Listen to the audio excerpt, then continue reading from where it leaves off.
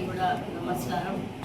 నిన్న నేను Krishna college foundation వేస్తున్న కార్యక్రమంలో నేను అక్కడ అరేంజ్ చేసినటువంటి వేదిక మీద మాట్లాడుతూ 400 కోట్ల రూపాయలు ఒక కాలేజ్ కోసం ఒక కంపెనీ నుంచి నేను మంజూరీ చేసి నన్ను అడిగితే వరంగల్ చరిత్రలో మీరు చూస్తే ఇక్కడ కూడా ఇప్పటి వరకు అన్ని కోట్ల రూపాయలతోటి ఒక సిఎస్ఆర్ ఫండ్స్ తెచ్చి ఒక గవర్నమెంట్ బిల్డింగ్, స్కూల్ బిల్డింగ్ పిల్లల కోసము కట్టించినటువంటి సందర్భం లేదు.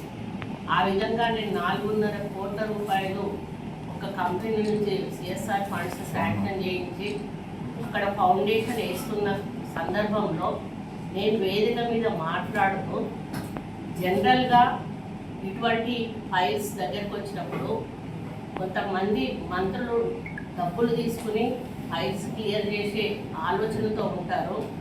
కానీ నేను ఆ విధంగా కాకుండా నాకు డెవలప్మెంట్ కావాలి అని చెప్పి కోరడం జరిగింది అని చెప్పాను. నేను చెప్పింది జస్ట్ మంత్రులు అని చెప్పాను. అది కాంగ్రెస్ మంత్రులా టీఆర్ఎస్ మంత్రులా అని కూడా చెప్పలేదు.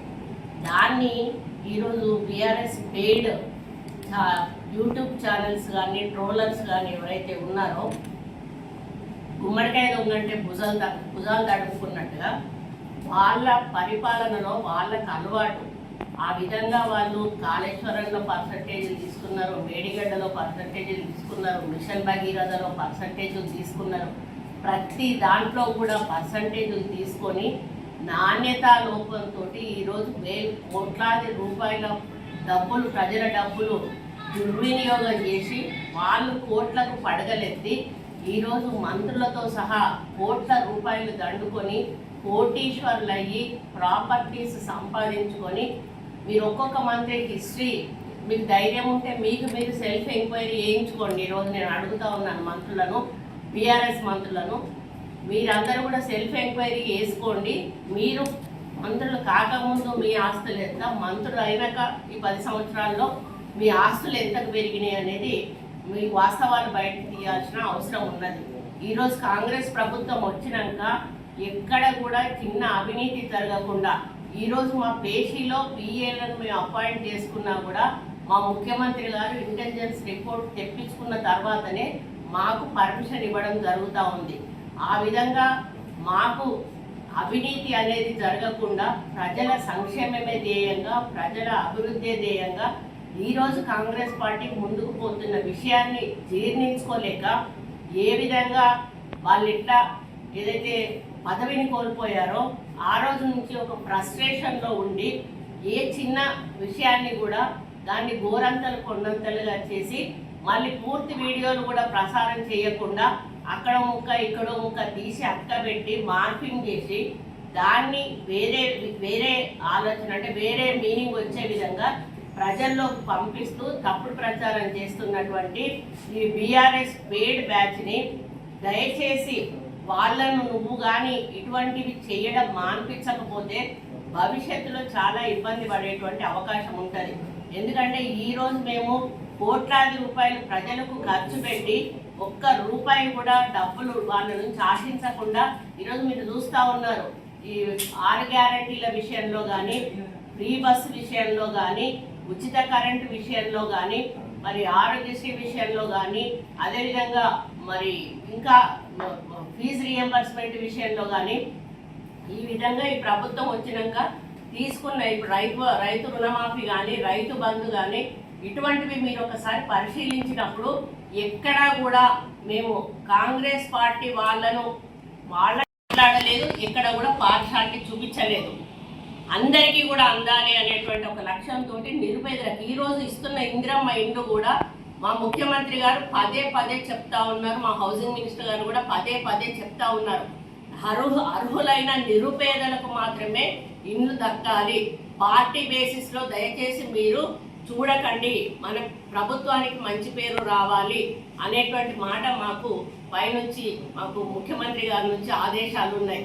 ఆ విధంగా మేము పార్టీలకు అతీతంగా ఈరోజు నేను రైతు రుణమాఫీ గురించి అడుగుతా ఉన్నా. టీఆర్ఎస్ నాయకులు ధైర్యం ఉంటే వచ్చి బయట చెప్పండి, మీకు ఎంతమందికి రైతుకు రుణమాఫీ అయింది, ఎన్ని కోట్ల రూపాయలు మీకు రుణమాఫీ అయింది, ధైర్యం ఉంటే కేటీఆర్ని అడుగుతా ఉన్నా, మీరే లిస్టు బయట పెట్టండి. అదేవిధంగా రైతు బంధు ఎంతమందికి పడ్డది మీరే లిస్టు బయట పెట్టండి. మేము ఎక్కడా కూడా ఆంక్షలు విధించలేదు. రైతు బంధు టీఆర్ఎస్ వాళ్ళకు పడొద్దు అని చెప్పేసి, రైతు రుణమాఫీ టీఆర్ఎస్ వాళ్ళకు కావద్దు అని చెప్పి. కాబట్టి మేము చేస్తున్న పరిపాలన ప్రజలకు అందరికీ కూడా అందుతున్న సమయంలో ప్రజల్లో ఈరోజు మేము సన్నబియ్యం అనేది కూడా ఇచ్చినప్పుడు వాళ్ళ మొహంలో ఆనందం చూసాం.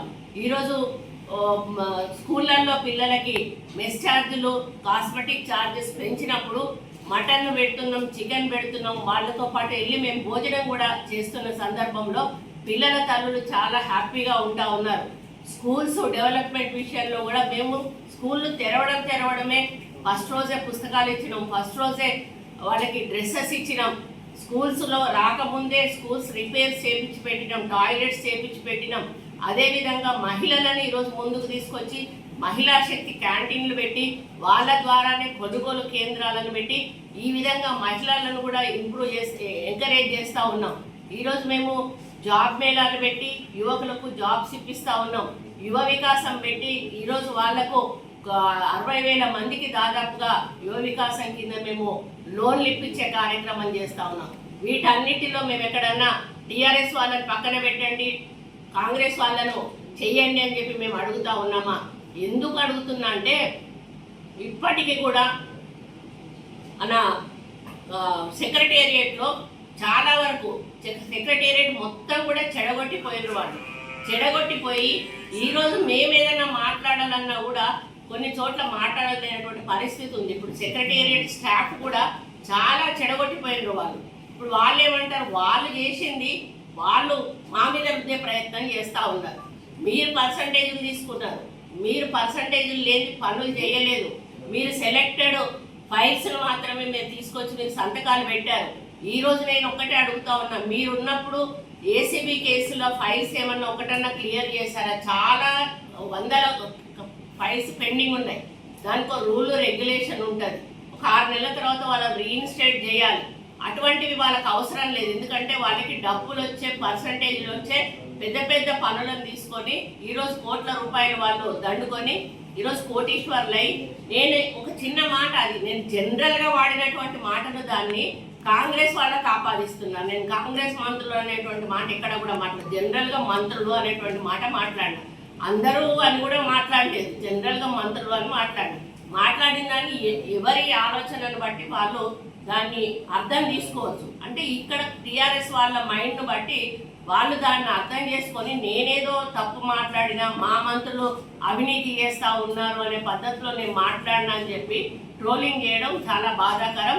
వెంటనే దాన్ని ఆపాల్సిన అవసరం ఉన్నది. లేకపోతే నేను సైబర్ క్రైమ్ వాళ్ళకి తప్పకుండా నేను కంప్లైంట్ ఇస్తాను. ఇది మీకు ఎట్లంటే తొండముదిరి ఊసర వెళ్ళి అయినట్టుగా ఈ టీఆర్ఎస్ ట్రోల్స్ ఏవైతే ఉన్నాయో, టీఆర్ఎస్ పేడ్ బ్యాచ్ ఏదైతే ఉందో వాళ్ళు మరీ దారుణంగా, కనీసం వాళ్ళు మనుషుల పశువులా కూడా అర్థం కానటువంటి పరిస్థితి. పోలీస్ స్టేషన్ పోయారు, నేను మిమ్మల్ని కలిసినా కలవకున్నా, నేను పేరు పెట్టి పిలిచినా పిలవకున్నా, నాకోసం లడాయించి కుస్తీ సహకరించు ప్లీజ్. ఎందుకంటే ఇన్ని రోజుల దాకా మనం ఒకటి బాగా ఆలోచన చేయండి అన్న, ఎమ్మెల్యేకి ఓటేసారు, ఎంపీకి ఓటేసారు, ఇవాళ మీ ఓటు మీరే వేసుకోండి. ఎందుకంటే సర్పంచ్ని మీరే, ఎంపీటీసీని మీరే, జెడ్పీటీసీని మీరే, వార్డ్ మెంబర్లు మీరే. ఎప్పుడు ఇవాళ ఒకటి, నేను ఈడుంటా, రేపు పొద్దున మళ్ళీ ఆడుంటా.